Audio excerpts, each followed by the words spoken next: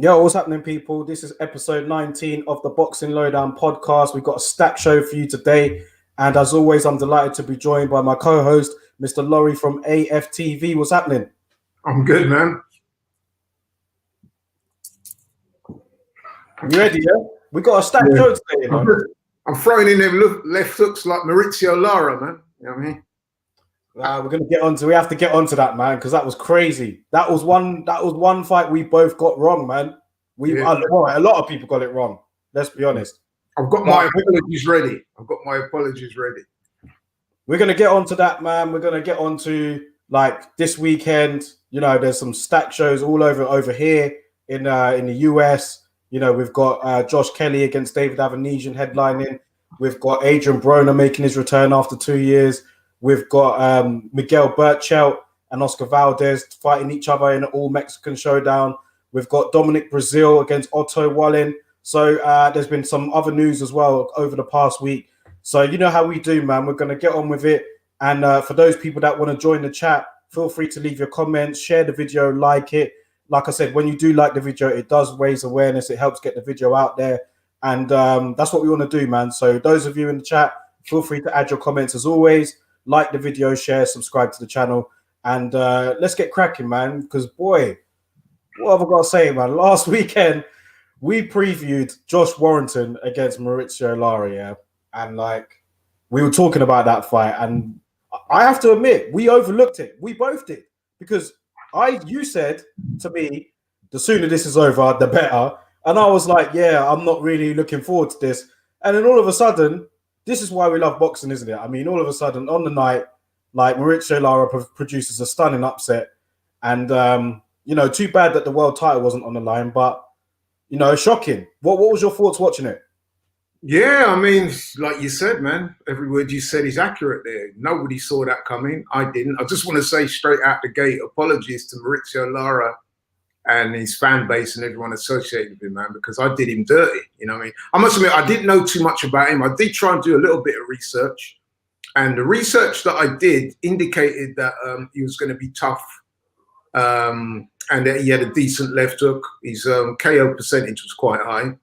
But to be honest with you, I was looking at a list of opponents on BoxRec, and I didn't see anyone that remotely stood out. So sometimes you can hear that a fighter's got an impressive KO record, but then when you look through the opponents, you're not seeing anybody that comes up with any notes. So you're thinking, okay, maybe he's a decent puncher at a lower level, but not necessarily at a higher level. But yeah, fair play, man. Hats off. He came here and he did a job. And you know what, as well, I know I'm probably going to talk about it a little bit later, but that wasn't the only one I got wrong, because I guess I've got to apologize to Kiko Martinez as well, because I wrote him off completely as well. You know what I mean? With the Zelfa Barrett fight, I thought Zelfa would wash it. You know what I mean? And look what nearly happened there. So, yeah, but to Lara, congratulations. Great performance. Young, hungry, tough guy. Put it all out there, man. I've got to say, though, I wasn't that impressed with his skill set, if that makes sense. So whilst I liked his attitude, I liked his toughness, he definitely got power, especially in that left hook. He's a bit left hook happy. But in terms of his skill set, I wasn't that impressed. He still looked very raw, very hittable, very beatable, really, to the top guys. But yeah, man, he did his thing. You know what I mean? You have to give him credit, and you have to take your hat off to him. It was an excellent performance. Was because I saw some people saying it on the night. Was it? Can you put it down to? And I don't want to make excuses for Josh Warrington, but can you put it down to him being out the ring for 16 months, him not having a Leeds crowd behind him like he always does, and you know, like that was some of the reasons why, you know, when they were trying to like piece as to why he lost. There were some of the reasons floating around, because, I mean, when he was in the ring, I mean, he didn't have that sort of edge to him like he always does, but I just put that more down to ring rust than anything. But what do you think about that? Listen, boxing is one of those sports where if you're inactive and you've not been fighting, it can definitely play a part. Although, you know, there were certain aspects of Josh Warrington's performance that I would have to say it didn't lend itself to inactivity. So, for example, he just didn't seem to know how to get out of the way of the left hook. Now, is that because he's inactive? I'm not so sure. Is that because there wasn't a crowd in there? I think he may have definitely underestimated the guy, because one of the things I noticed straight away was Josh Warrington's willingness to trade. You know what I mean? He was trying to hook with a hooker, which they always say not to do that. You know what I mean? So, and Josh Warrington, as we all know, is not a guy that's blessed with a lot of power. His main attributes are his engine. You know what I mean? He's got great cardio. He rises to the occasion. He throws a lot of punches, but he's never been a big puncher. He's never been a great defensive boxer either, or even what you would call a slickster. Yeah. So, you know, I'm not sure if those excuses really hold out, to be honest. And to be fair, Josh Warrington, though, he's gone on record, hasn't he? And said that he's not going to use the crowd or the inactivity as an excuse. That's what he said publicly anyway.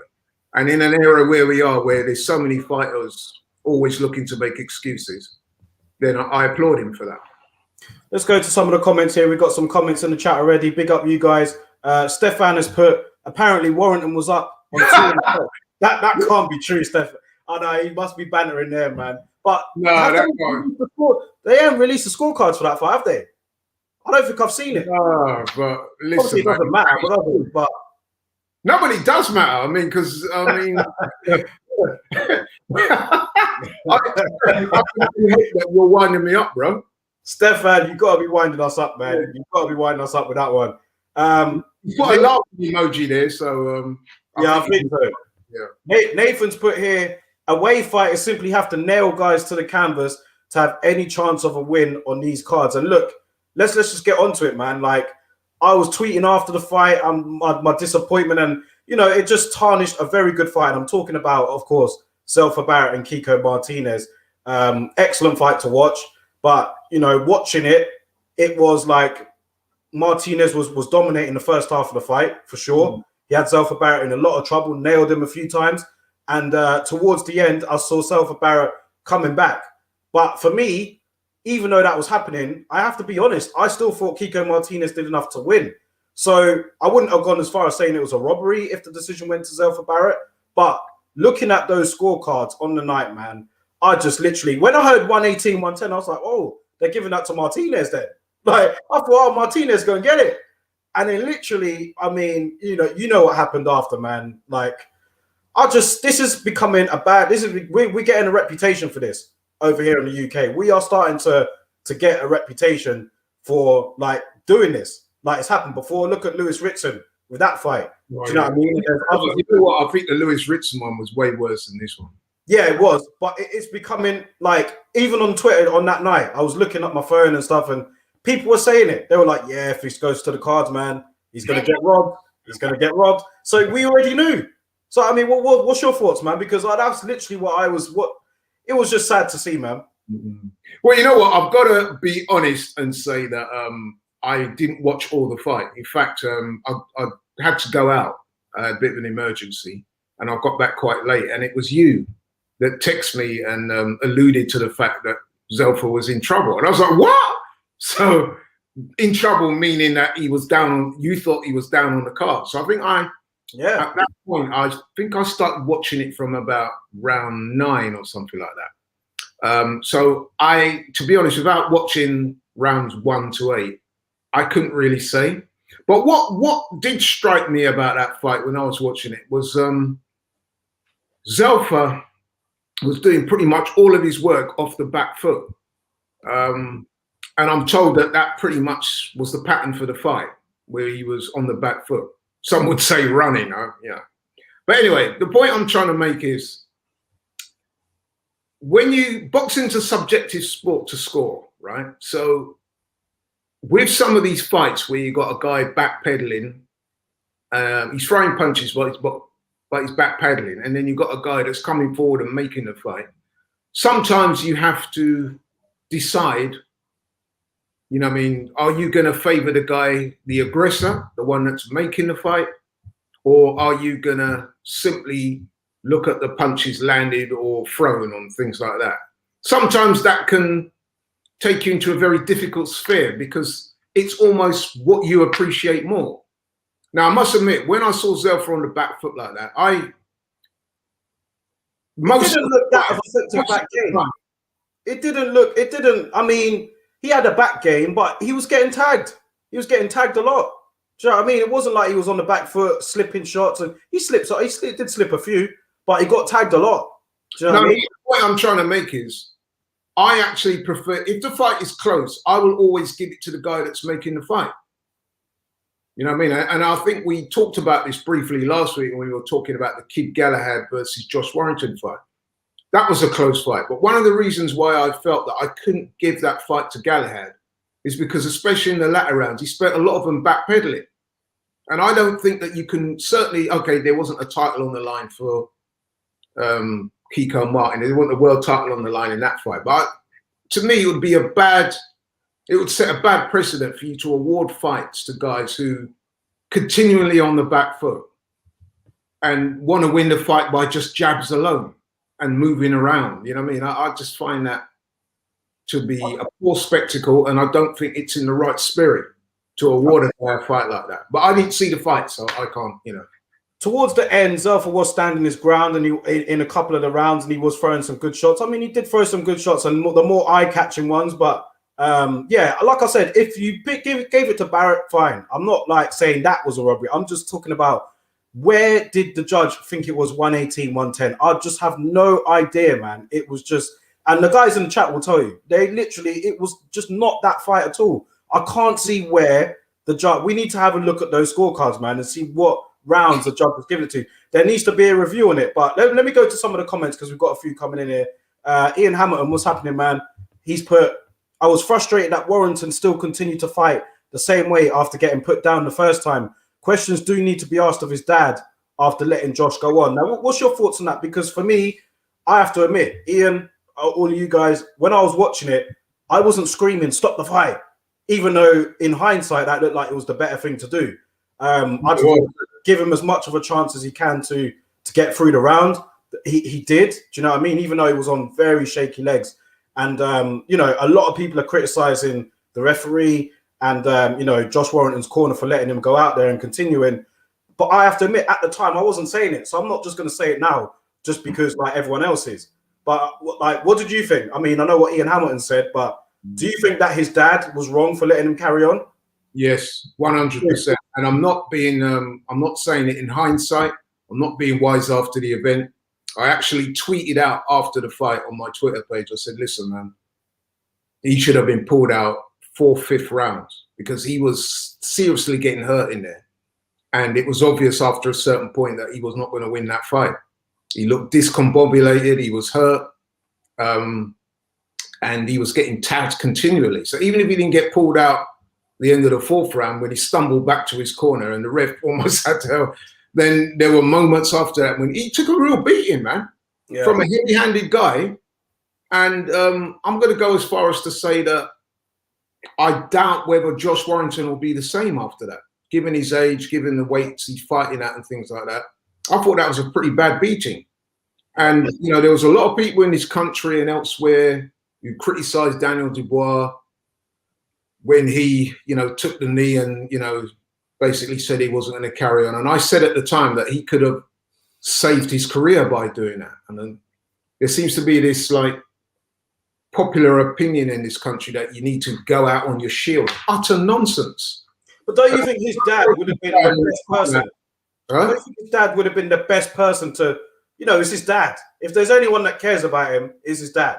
He's not just going to... Yeah, that's true. But you know what? In a way, I have a little bit of empathy with his dad because sometimes when you're the dad in the corner, you're too emotionally invested in your fighter, in your son, because he would have probably thought to himself, Josh has still got it in him to turn this around, even when to the rest of us watching it, we could see palpably that he didn't. You know what I mean? His dad is emotionally invested. It would have been different, I would imagine, if his dad would have been outside the ropes and had been watching at home on TV or in the crowd, then he probably would have wanted it stopped. But, you know, given that he's his dad, and he was in the corner, and he's worked with Josh all these years. He knows what he's capable of. He was probably as stunned as we were at what was the events that was unfolding before him. So that was probably taking him into another space as well. We've got to account for that too. Yeah. He was probably shocked. So all of those elements led to him making what I felt was the wrong decision. Let's go to some more comments here. We've got quite a few coming in, and we've got quite a bit to talk about here today. Mohammed just put here, away fighters are going to stop coming to the UK if this keeps happening and nothing gets done about it. Look, I liked what Eddie Hearn said after the Zelfa Barrett Kiko Martinez fight, but what does it all show? Do you know what I mean? Like, what have you done since then? Like, have you taken this up with the board? I know that the board had they were on TalkSport today, and one of the guys from the board was on TalkSport, and he was talking about it, obviously backing, you know, the referee and the judges and whatever. But Eddie Hearn, he had a little rant afterwards. I felt a bit sorry for Zelfa Barrett just standing there, you know, he just won a hard fight and then having to hear all that. But, you know, Eddie Hearn said what he said. I mean, I agreed with it. But was it due to the backlash he was getting on Twitter from everybody talking about it? Well, I think he did really mean it. But what happens now? Because this is becoming a regular thing. Do you know what I mean? And like Mohammed says here, away fighters are going to stop coming to the UK. They're going to look at him like, I'm not going over there. Like, look, we know what happens over there.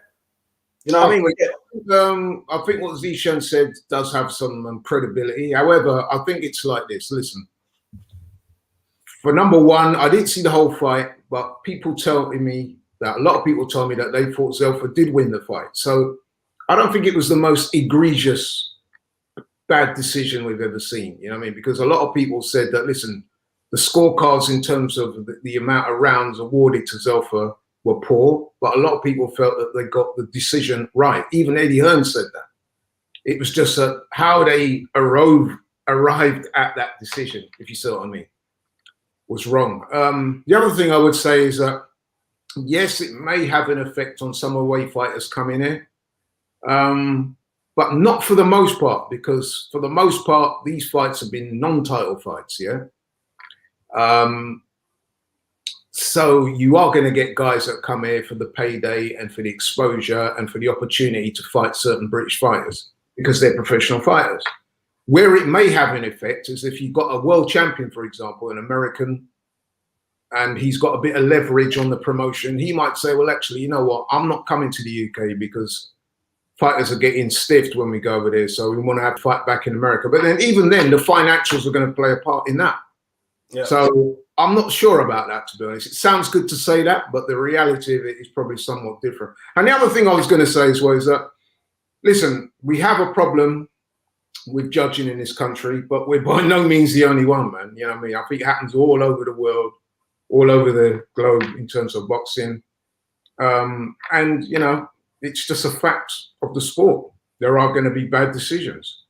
Maybe there needs to be better training for the guys who oversee these fights, the judges.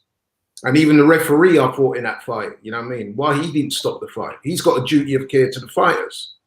And he's right there, up close and personal. You must have seen the glazed look on Josh Warrington's eyes when he was getting hit. You must have seen the guy had no legs. You saw him getting continually tagged in there. I mean, an experienced referee like Howard Foster should have seen that. Yeah. And I'm on Howard Foster. Wasn't he the one that stopped the George Groves Carl Froch fight, the first one? Yeah, the first one, yeah. So where's the consistency? Yeah. I mean, you stopped George Groves in that fight. Okay, you could argue that he should have been stopped. Most people said it was an early stoppage. I think in the end, even Carl Froch was forced to admit in the end that it was slightly early. And then we go from that to this. Yeah. Where I'm getting beaten down and you don't stop the fight until the guy gets knocked out cold. Yeah. To the point where the fighter's standing over Josh Warrington, pointing to him, saying, look, get the paramedics in there quick, man, because he could be seriously hurt. Yeah. So I thought it was poor by Howard Foster, man. With the dad, yes, he should have pulled his son out. But as I said, it could have been that the emotional investment that he felt probably led him to not doing the right thing. Go through some more comments here. Nathan's put, I thought it was a pretty entertaining card overall. Wood Mold was a good scrap as well. Yeah, that was a good scrap, man. Very good ending as well. He's also put here, Tyrone McKenna and Mohamed Manoon was another terrible decision. That was an MTK card, though. So, yeah, that's true. Stefan's put here, I could see anything from 8-4 Martinez to a draw. No way Barrett won 7 rounds despite closing the fight well. See, there you go. Nathan's also put here, Zelfa didn't deserve to win, in my opinion. And Ewan Breeze, what's happening, bro? He's put the abysmal scores ruined what was ultimately a good learning fight for Zelfa. That's very true. Do you know what I mean? It was like I said, Zelfa Barrett at the end there just came out of a hard fight, very good learning fight for him. I'm not disputing the result as much. It's the scores, like what Ewan said here. It was the scores that really put a sour taste in your mouth, because you get the feeling that no matter what Martinez could have done in there, he wouldn't have got it. And at the end of the day, it's not fair, is it? So, yeah, but then I don't think, and I know I'm not talking to you. I'm talking to some of the other people that's commented and people that's been on TV. Listen, it's a subjectivity aspect we're talking about. So some people are saying they thought Zelfa won the fight, but by nowhere near the margins that some of the judges had. Nowhere near the margin. Nowhere near. So how could you get what I'm trying to make is that, so the right man won then. Well, not according to me. A lot of people thought Martinez actually won. I mean, look at the people in the comments. I've said that a lot of people thought he won. I think Ewan thought that. Yeah, I get that. But what I'm saying, a lot of other people also thought that Zelfa won.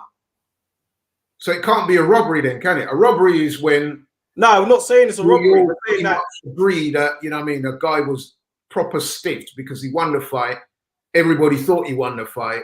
So, for example, when the result's not a robbery. Now, I'm not saying the results. It's the scorecard that is a robbery. Yeah, I hear what you're saying, but I'm just making that point that this is where the subjectivity comes in, because it could be that the back foot boxing that Zelfa did, that kind of hit and not get hit, even though he was getting hit in.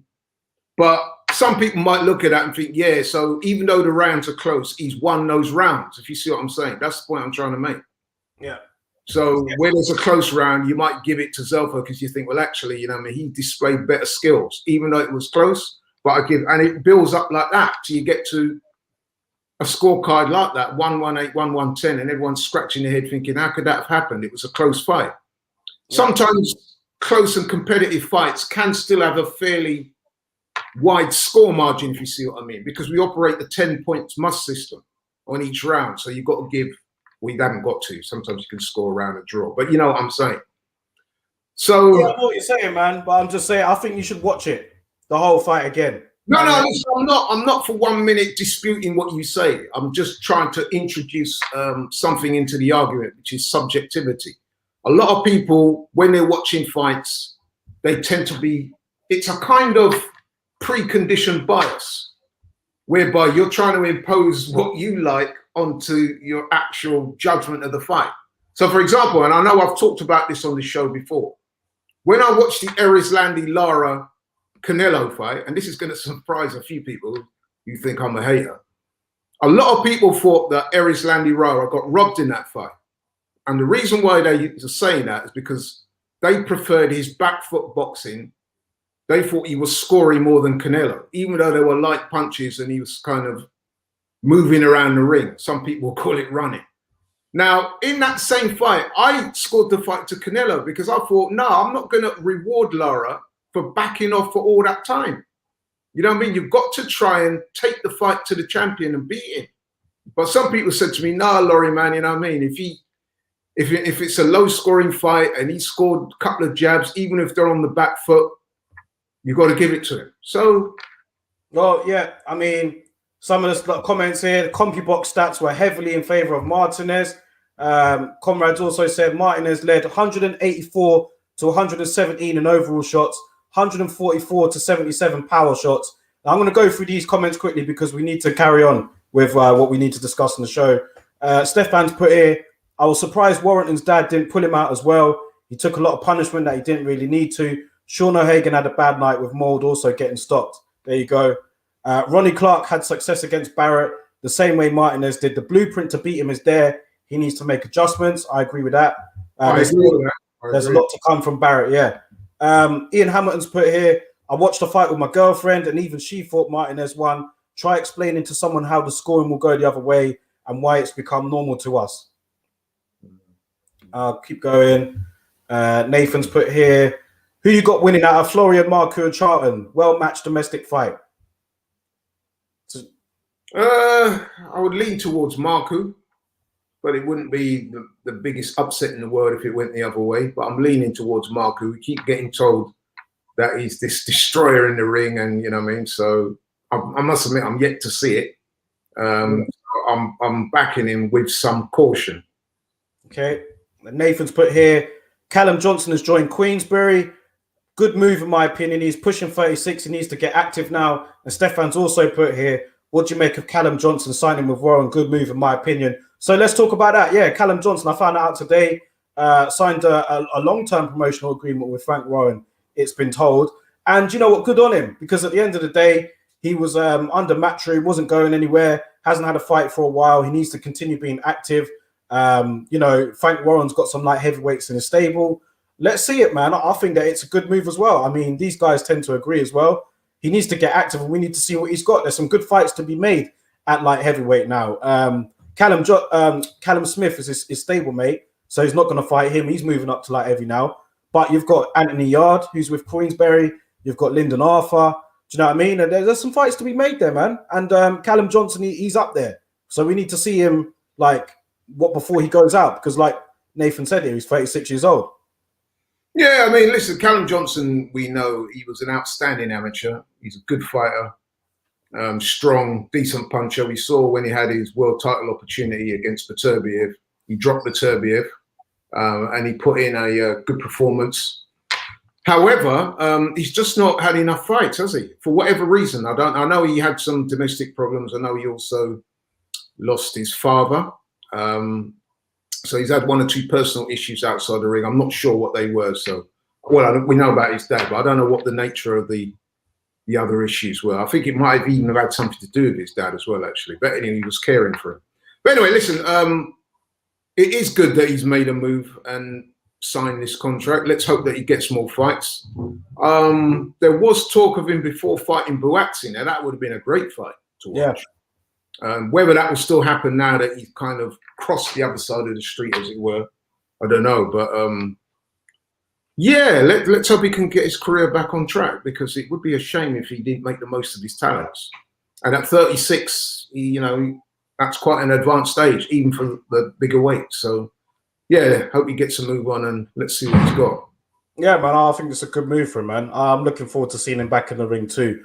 Let's get on to this weekend, man, because like I said, there are a lot of fights happening this weekend, abroad and over here in the UK. Well, we've got a big show in the UK. Let's talk about it, man. Josh Kelly against David-Avanesyan, headlining the bill this weekend. A fight that's been in the making for about 3 years now.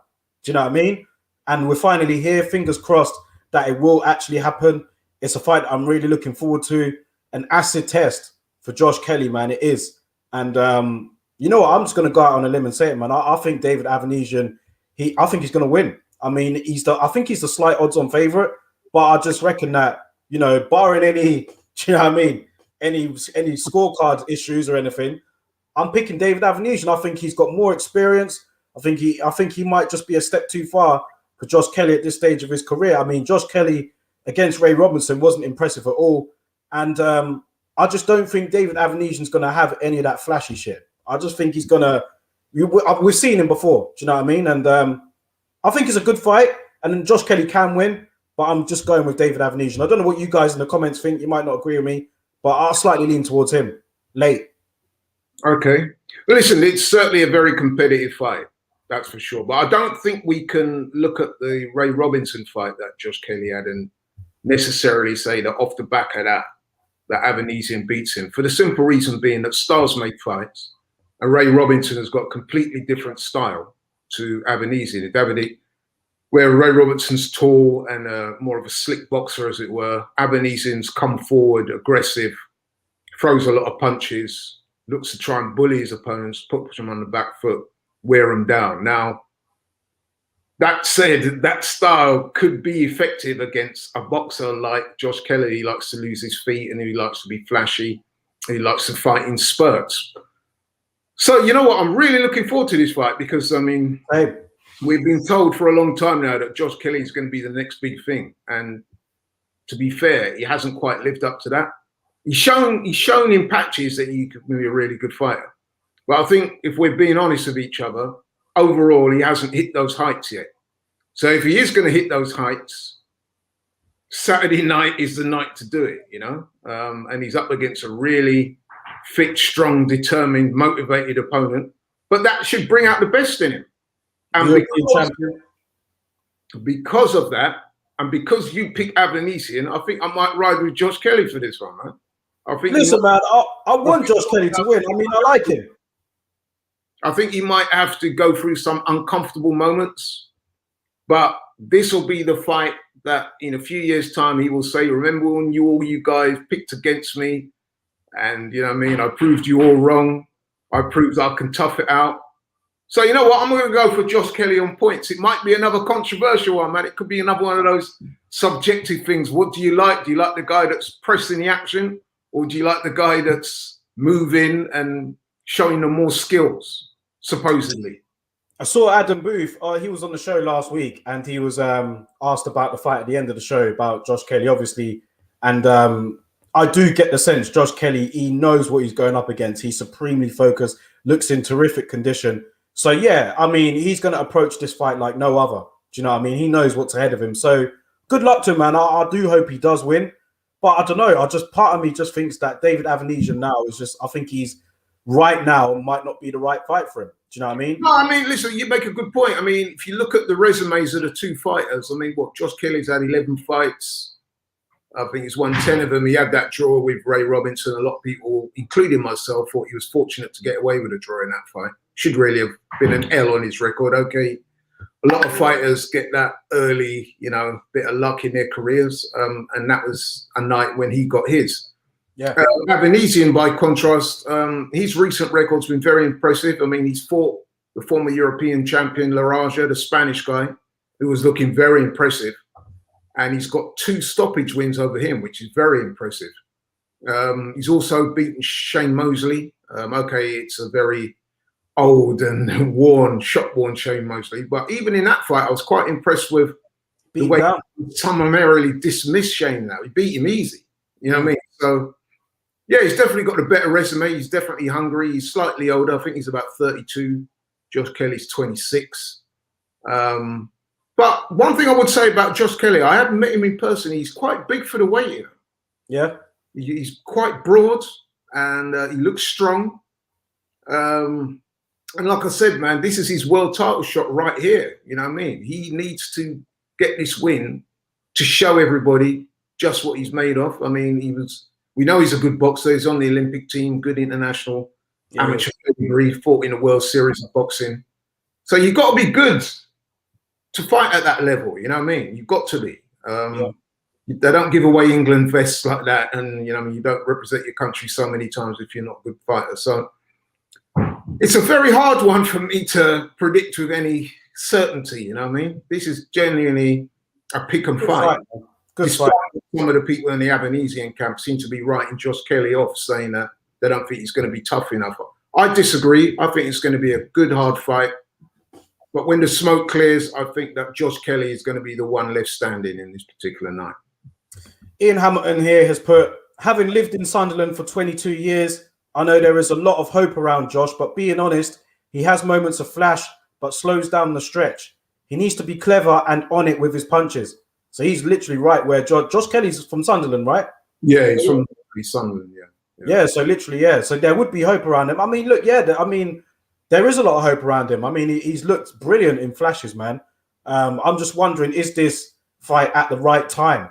And it leads me to another point, actually. Well, if it's not going to be at this time, when is it going to be? Because, I mean, you know, let's face it, he's 26 now.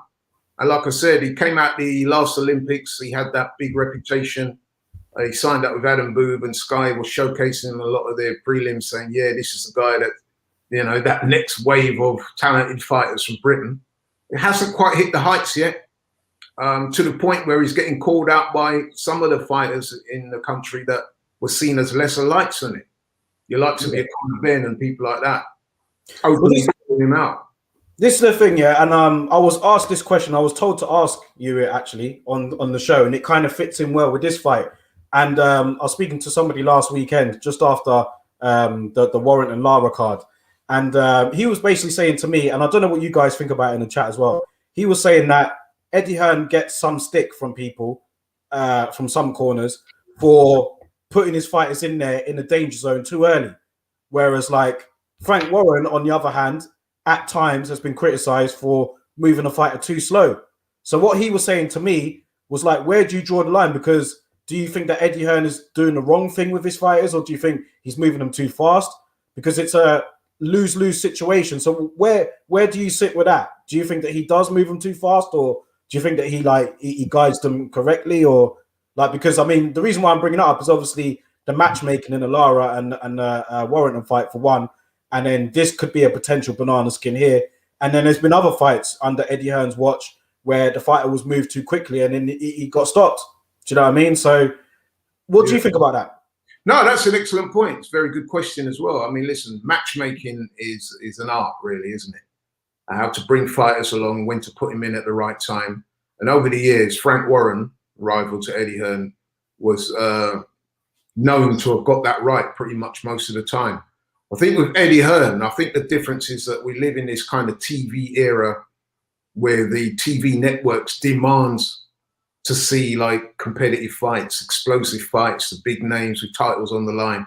So sometimes that can work to push promoters to get their guys in at a time when maybe they're not quite ready. Maybe they are a little undercooked at that level. And it could be the case this weekend, which is what makes this such an intriguing fight. Now, I'm going to say, listen, given the fanfare, given the reputation that Josh Kelly was being spoken with when he turned pro, and, you know, I mean, we saw some of his early fights, and you had guys like Adam Booth and people in the Sky Studio waxing lyrical about him. I'm going to say straight up now that he has to win this fight, or he can't afford to lose it. Because if he's not able to rise to this challenge, then you have to say to yourself, then what we were being told about Josh Kelly is perhaps not the case. You know what I mean? So it's a big fight, man. It's a tough division as well to shine in too. Yeah, I mean, listen, Avanesyan is one of a number of good and very good fighters. I mean, the welterweight division's always on fire at the best of times, isn't it? And it's no different at the moment. So there is an argument, given his age, okay, he hasn't had that many fights, but he needs to get his career moving. So I think that this fight is acceptable for him, man. You know what I mean? Because Avanesyan's a good fighter, but I think it's fair to say he's no world beater yet, is he? No. He's not like top five. It's not like he's fighting. I mean, listen, Avanesyan got stopped by the Green Machine, didn't he? Yeah. Yeah. So it's already been seen that when he stepped up to that next level, he got beat quite comprehensively as well, by all accounts. So, you know, if Josh Kelly is who we're told he could be, then this fight will tell us everything we need to know. I mean, if he loses, it's not the end of the world, is it? Depending on the nature of the loss, obviously. I mean, if he gets stomped and gets beaten up badly, then, hey, yeah, maybe, you know, he might have to revise and, you know, come again. But if it's a close fight and he was to lose on points or draw, or, you know what I mean, or some element of controversy to it whereby, you know what I mean, he can still keep his reputation intact, then he can come again. Yeah, go on. No, I'm saying, so I'm looking forward to the fight, man. I don't think he's overmatched, given what we've heard about him so far and how good he's supposed to be. Then he's supposed to be taking on guys like this, to be honest. Yeah. I've got some good shows overseas as well in America, man. In Las Vegas, in the MGM bubble, we've got Miguel Berchelt, who'll be defending his 126-pound WBC title against, 130-pound, not 126-pound. His super featherweight title against Oscar Valdez, all Mexican showdown. This man, this is one of the better fights of this half of the year for sure. And it's a fight that's been postponed, like the Kelly and Avanesyan fight. This fight was postponed. It was due to take place in Christmas time, and it got pushed back because Berchelt got tested positive for COVID. But now it's going to be happening. And yeah, man, this has all the ingredients to be another great fight. I mean, Berchelt has literally said he wants this to be up there with the Barrera Morales. You know what I mean? And I think that this has the potential to go there. But is Oscar Valdez taking a step too far? As much as I rate him and I like him as a fighter, do you think he's taken a step too far going up against Berchelt? He's making his like 7th odd defense of the belt. He's a lot bigger and stronger than Valdez. And some people are saying he might just be a bit too powerful for him. Yeah, I must admit, I'd have to go along with it. First thing I want to say about this fight is that I think we can have it as read that there won't be much back foot boxing in this fight. It'll be a typical Mexican machismo. You know what I mean? Both guys walk straight to the center of the ring and let their hands go. And it's literally going to be the last man standing, which I think will be Berchelt. As you alluded to earlier, he's bigger, he's stronger, he hits harder. And I think Valdez as well, showing the signs of wear and tear in his last couple of fights a little bit. You know what I mean? He had that war with Scott Quigg where he got his jaw broken, and credit to him, he fought through that. Warrior. But he's proved very hittable. And I think that was one of the reasons why he probably went off to the Reynosos, didn't he? Maybe trying to learn a bit of that Canelo head movement and stuff. But in the last couple of fights I've seen him, he's been straight there, man. Quite easy to hit, relying on his toughness and his punch output to win fights. And I'm not sure if that type of tactic is going to beat somebody who's big and strong and hits as hard as Berchelt. So, yeah, I'm going to go for Berchelt by late stage. How highly do you rate Berchelt? Yeah, he's good, man. He's good. I mean, I'd like to see him in with some of the other guys. I'd love to see him in with like a Shakur Stevenson, for example. Apparently, they tried to make that fight, and for whatever reason, Berchelt turned it down. I'm not trying to say he's scared or ducking or whatever, but that would appear to be facts. He turned the fight down, although I don't quite know why. But Berchelt is quality, man. He's quality. And so is Valdez. Let's not have it wrong here. You know what I mean? They're both quality fighters. But I'll definitely give the edge to Berchelt. Sure, man. And also that night, we've also got the return of AB, Adrian the Problem Broner, returning to the ring after 2 years. I know you're excited about this, aren't you? I like Broner, man. Listen, shoot me, man. I like Broner. I mean, I don't have high hopes for him in terms of him getting right back to the top and to where he was before. But maybe you can explain it, man. Why does he still able to get? I'm not saying that there's some huge excitement around this show, but he gets people talking regardless, even whatever fight he's in, whether they want to see him lose or whether they just want to watch him fight or whether they think he might get up to something. There's something about, I don't know, an Adrian Broner fight, I suppose. But, like, I don't know much about this Santiago guy. He's an unbeaten junior welterweight contender. He's got a massive opportunity to make a name for himself here. And after what happened last weekend with Lara and Warrington, who are we to write this guy off, man? Yeah, listen, with regards to Broner, listen, the guy's a charismatic guy. Say what you want about him, whether you like him or you don't like him, whether you think he's good or not so good or indifferent. The one thing you can't say about him is that he doesn't get people talking. He's got a certain charisma. It's not to everyone's taste, certainly not to my taste, a lot of the stuff he comes out with. But I do acknowledge that he does make himself very watchable. And let's face it as well, he's a very talented fighter.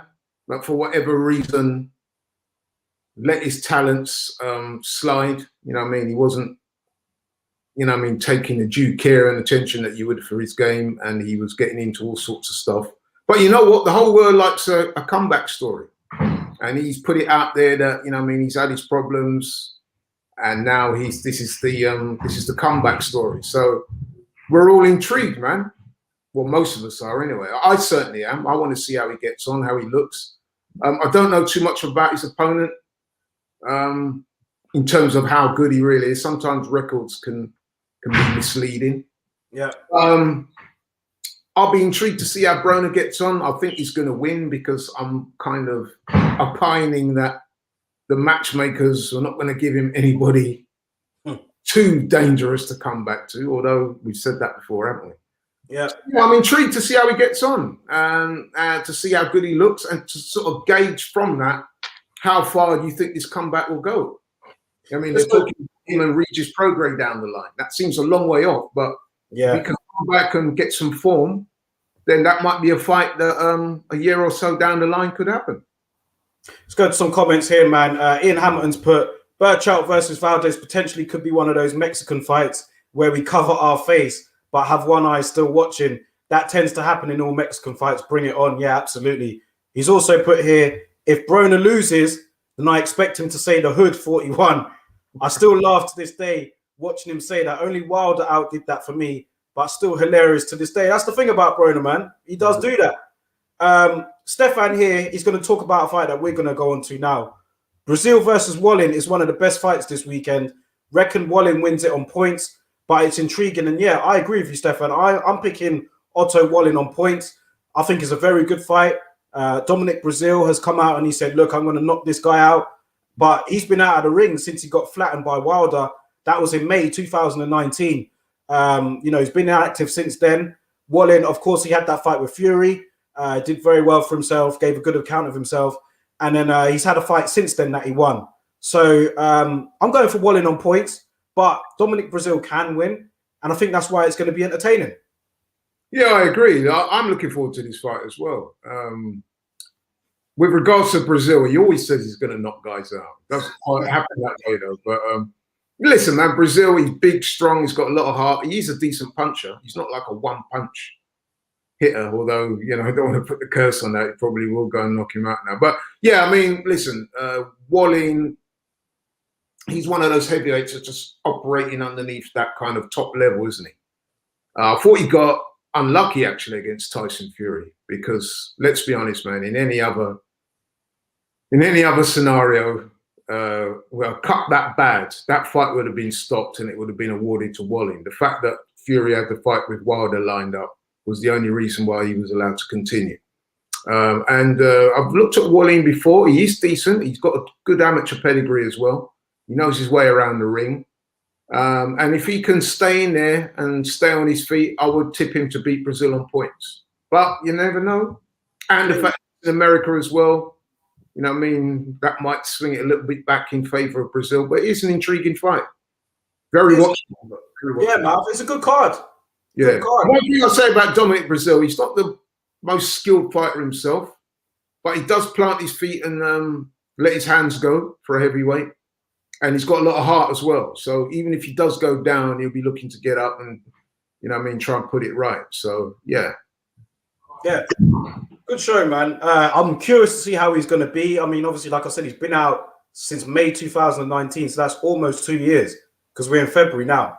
Do you know what I mean? And be interesting to see what he's got left, man. But look, on the main event, Broner's been out for 2 years. So let's just see what happens, man. But his brief career, he has hit the floor a few times, man. I mean, AJ dicked him a few times, Wilder.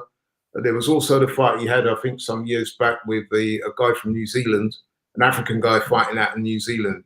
He got put down a couple of times in that fight as well. So he's no stranger to the canvas. Yeah.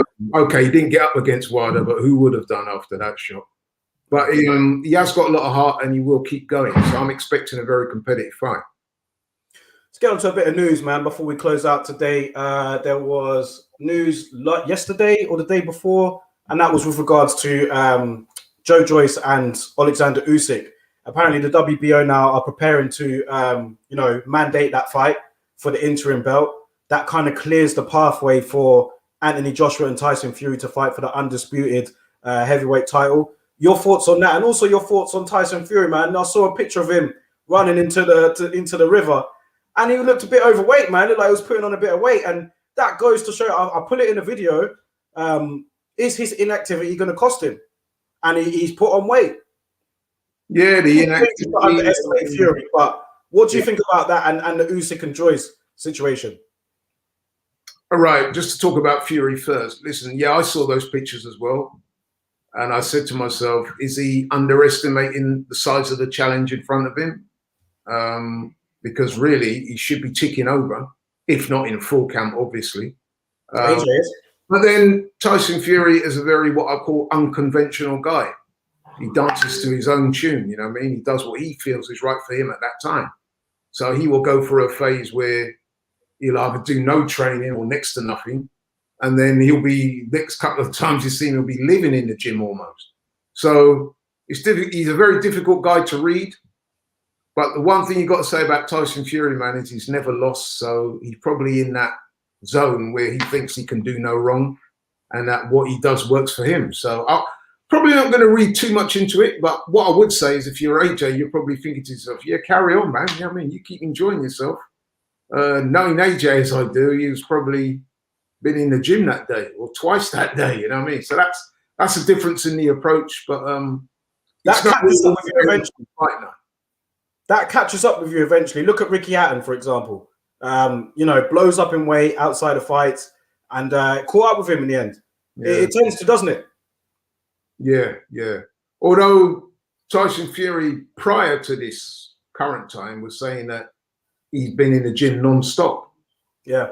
So maybe even for his mental health and that, he probably needs to just, a change of surroundings, enjoy his family. I understand his wife's pregnant, so it makes sense to spend some time with her, enjoy some real quality family time. And then no doubt soon he's going to get that call that the fight's going to get made, and I'm sure he'll be back in the gym working hard. So at this stage, I wouldn't read too much into it. I mean, if it gets to another month, 6 weeks, 2 months, and you still see him looking like that, then yeah, I think there's more cause for concern. But at the moment, I didn't read too much into it, to be honest. What about the inactivity before we go on to Joyce and Usyk? What about the fact that if he does step in there with AJ, if it is next, which we're all presuming it will be, it will probably take place in like May or June, according to some interviews that I've seen. If that is the case, then he would have been out of the ring for about 15 months. Do you think that will affect him? It's possible, but again, he's been in this situation before, isn't he? The first time he fought Wilder, he'd been out of the ring for so long, and he was coming off the back of, several problems, including his weight had ballooned up and all sorts of stuff was going on. And yet he still managed to put in a great performance on that night, even though he never won that night. It was a draw, but a lot of people thought he should have got the decision. So, like I said, it's difficult to tell with Fury because, like I said, he does things pretty unconventional. And he seems to be one of those guys who's a bit all or nothing. He's either all out there enjoying yourself or everything in the gym and, doing training like a madman. So, like I said, it seems to work for him. So who am I to say different? But I do get what you say too, which is that, one day it can catch up with him. It depends how much he allows the weight to balloon up. In terms of the inactivity, a lot of the fighters now are in the same boat, given the COVID pandemic. Fighters not fighting as much as they would do normally. So by the time fight time comes around, AJ would have only been in the ring once in that very long period of time as well. So I don't know, that will probably even itself out a little bit, to be honest with you. What do you make of Usyk Joyce then? Because it looks like that's going to be made for the WBO interim belt, allowing Tyson Fury and AJ to fight for the undisputed title. But then obviously that would mean that Usyk and Joyce, the winner out of that fight, will then have mandated to fight the winner. So what do you make of that fight? A rematch of their bout when they met as amateurs in the World Series of Boxing. And, what do you think about that? Yeah, great fight. Another clash of styles. Joyce, we would imagine, the juggernaut. He'll be looking to come forward, let his hands go. He's awkward, he's big, he's strong. Pretty unconventional in the way he throws his shots, but he's a volume puncher. He keeps on coming. And you've got Usyk, who's the slick boxer, southpaw, looking to use angles, looking to exploit the space he gets. Yeah, on paper, a very good fight. And then, as you said quite rightly, it's a rerun of the WSB fight, which Usyk won. So Joyce will be looking for some get back there. And obviously, Joyce is on a good run of form himself. So, yeah, I think that'd be a great fight. Before we go today, before we wrap this up, man, I wanted to get your thoughts on this. And big up Robbie in the background there. I see him. What's happening, man? I'm good. What's happening? Yeah. We're gonna get you on one day, man. Yeah, I'm coming, man. I'm coming. We'll get you on. When AJ Fury gets made, we'll get you on. But yeah, Laurie, I wanted to get your thoughts on this, man, because we've been speaking about it for the last couple of weeks. With like ducking and what you call the three-headed monster. Now, I saw a post. I saw an interview the other day, and it made me think of you straight away. And it was Ryan Garcia. He was talking to someone, yeah, and he literally said, "I'm not fighting anybody else unless it's Manny Pacquiao or Gervonta Davis." Then the person said to him, "What about Devin Haney?" He was like, "Yeah, that's a step backwards, man. I'm not taking that." So I thought of you straight away. And like, yeah, the more I see it, man, the more it's looking like a duck to me, man. What do you think? Ryan Garcia, man, I'm fast losing patience with him. Teofimo Lopez. Just that whole sort of modern kind of outlook on boxing where guys calling people out and they're not delivering on their call outs. It's just annoying me, man. And Ryan Garcia is a very epitome of that, man. The guy doesn't even have a title. He fought eliminator for a belt. No sooner had the fight ended, the man's talking some other stuff. You know what I mean? He's been linked to all these fights. None of them seem to be happening. He's just so annoying, man. You know what I mean? I'm really disappointed, man, because listen, the guy's very talented. He's a young guy. He should be like the face of the new era of boxing. Him with a few other guys, you know what I mean? These guys should be headlining big cards, and you know what I mean? They should be the guys that we're talking about taking boxing into that next era. Instead of that, man, we're just shaking our head with frustration and disappointment because these guys are just proving to be totally false, man. You know what I mean? They're not showing me that their heart is really in this game. You know what I mean? I mean, this guy spends more time on Instagram and social media than he does in the gym, it seems. You know what I mean? And yes, he's got these legions of followers on Instagram, which is why I call him the world Instagram boxing champ, because, you know what I mean? That's all he seems to get from it. And we're still not sure in terms of, I mean, he keeps talking about all these big fights and I'm going to do. How do we know that he's going to be that marketable in these fights anyway? Because as I said to you on your show before, we don't know whether him having all these legions of followers on Instagram is going to translate into pay-per-view sales or people wanting to watch him, because, you know, I don't he's not really convinced anybody yet that he's at that level at the top in boxing yet. You know what I mean? He's had that one fight, which he performed well. But let's be honest, man, he got dumped on his ass in that fight as well. So there's still a lot of questions there. Yeah. You know what I mean? And, you know, it's just very disappointing, man. You know what I mean? And he just epitomizes that disappointment for me. Yeah, I have to admit, when I saw it, man, I was just like, look, there's going to be people out there defending this, and I can't defend it, man. Like, yeah. Look, if you fight Tank Davis, then fine. You know, but just, I think what irritated me was just him saying, oh, Devin Haney is a step backwards. I'm not fighting him. You haven't got a title. You haven't won a world title. He's not really, in the scheme of things, he's done nothing in this game. He's got that one good win, right? Which we acknowledge is a good win. Well, the Americans thought he was trash. Remember that? They thought Luke Campbell was trash. Well, some of them did, yeah, but then that's ignorant talk from some Americans who've got this very myopic view of the world, that it's America or nothing. But yeah, to go back to Ryan Garcia, I mean, listen, we know the kid's talented. We know he can punch. So the ceiling is there. We know that the talent is there. However, he's not delivered or come anywhere close to delivering on that yet. But yet to hear this guy talk, you'd think he was an undisputed 6-time world champion, you know what I mean? And it's just very, as I said before, disappointing and frustrating. You know, if you're not going to take your career seriously, man, go and do YouTube stuff. You know what I mean? Go and fight Jake Paul and Logan Paul and KSI and all those guys. Maybe even you could take on Robbie, man. I mean, for the amount of money on display, I'm sure Robbie will probably take it and fancy his chances. So, but yeah, man, in all seriousness, man, it's just so frustrating, man. I mean, I know maybe I know I'm getting on a bit. So I'm from a different era. I'm from a different thought process and mindset. But it's just so frustrating to me, man. These guys just need to decide do you want to be a professional fighter or not? That needs to be the question that someone needs to sit him down and ask him properly. It's not just him either. Like, it's other guys as well, as we've pointed out on this show numerous times. But like, I saw, you know, after, like, with the excitement of the lightweight division and all the stars that they've got in that division, the potential stars anyway, I saw someone put like a post and it had like Ryan Garcia, Devin Haney, I think it was Tank Davis and Lopez, and they put like, oh, these the new 4 kings. And I'm just like, yo, man, like, this compare them to the 4 kings and stuff like that. Insult.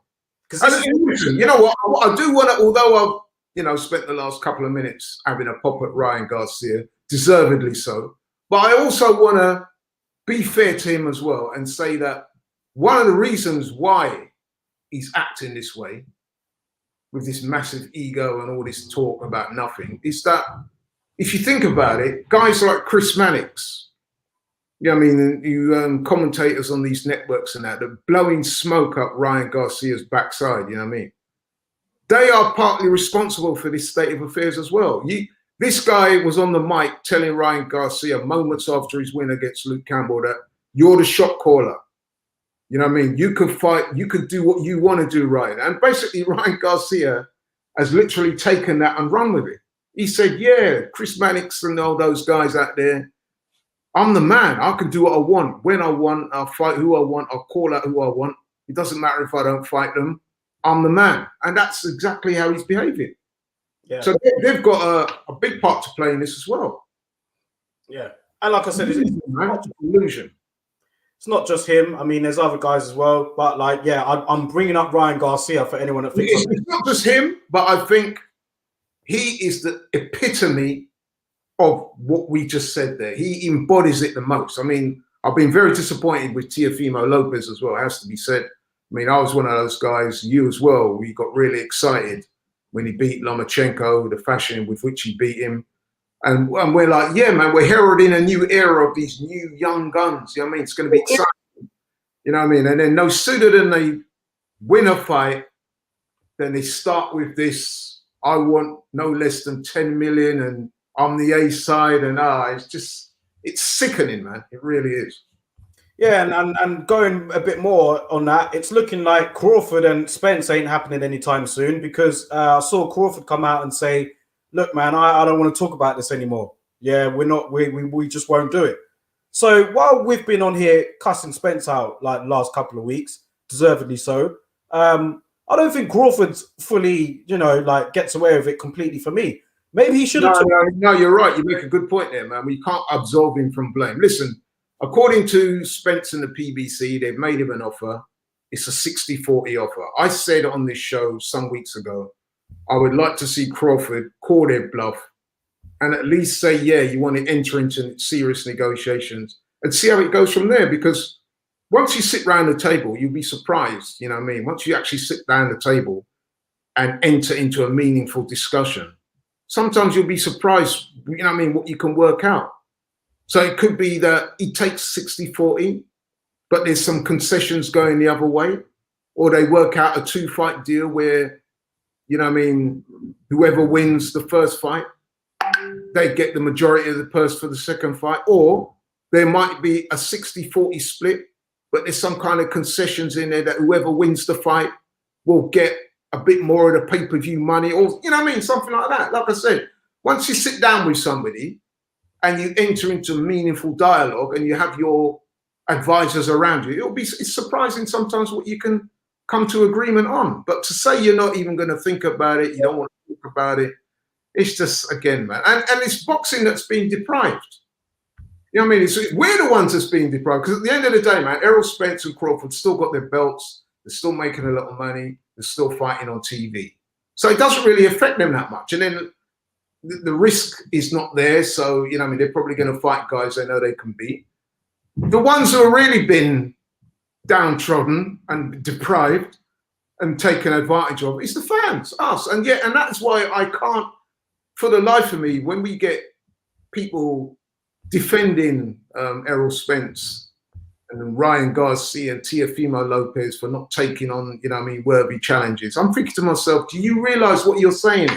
In your effort to support your guy, you're basically downplaying boxing. That's what you're doing. Because if you was a real boxing fan and not just a fan of the fighter you like, you would want these fights to be made. I mean, when I chat to my friends who watch MMA, they always laugh at boxing and say, look, you've got so many world, who's a real champion, Laurie? You've got so many, you've got about 5 world champions. How does that work? And I must admit, when you say that to me, I am on the back foot a little bit. It's hard to explain. Whereas, you know, in the UFC or MMA, you know, I mean, Dana White says, you fight you, and whoever wins that, you are the undisputed welterweight champion of the world. That's it. Yeah. I have to say, man, with the Crawford news, before we move on quickly, because I know we have to wrap it up, but you know what the saddest thing about that was like, I'm starting to just kind of say I'm over it. Do you know what I mean? A couple of years ago, I was like, man, this fight needs to happen. When they had that confrontation backstage, and then they were getting in his faces, I was like, yeah, man, this needs to happen. This is the fight I want to see. Now, all of this bickering I'm seeing, all of this egos and all of this stuff going on, I'm just like, look, man, you know what? Maybe this ain't just gonna happen, man, and whatever. Do you know what I mean? Kind of taking on that sort of Lennox Lewis, Riddick Bowe type of thing, innit? Whereby, you know, there was all that talk, everybody got excited, we thought they were going to fight each other. There seemed to be more willingness on the half of Lennox Lewis than there was of Riddick Bowe, and then for whatever reason, it just fizzled out and we never got the fight. Again, boxing and boxing fans were the losers, not the fighters so much. Although they did lose out to a degree as well, because when you don't fight these fights, man, the legacy that you leave behind is not as strong. Yeah. But I guess these guys are too busy enjoying their money and enjoying their status as world champions to really think about that. So there you go. It's disappointing, man. Disappointing. One more comment here before I wrap up and ask you a question. The last question for the show. Ian Hamilton's put here, everything about Usyk versus Joyce says Usyk wins comfortably, but we've all learned not to underestimate Joe. Biggest question is how Joe deals with Usyk's stick and move style. Well, yeah, I'm sure he's fully aware of it. They've fought before, but yeah, they've both improved as well since then. So one thing I would want to say, that is a very good point Ian makes, but that last sentence, biggest question is how Joe deals with Usyk's stick and move style. It's just to keep coming. He's not going to outbox Usyk. There's not going to be any real science to this. He's going to have to get himself as fit and strong and as cute as he can, because he can't just walk forward and take punches. So there's got to be some defensive cuteness and slick in there. But basically, he's got to try and walk Usyk down. And there is a skill to doing that. And the other thing we've got to not also underestimate is that in this fight, he's going to have 12 rounds to do it, not 5 in the WSB. So, you know what I mean? If you can take Usyk into deep waters and drown him, you know what I mean, physically overwhelm him, that's what he's got to try and do.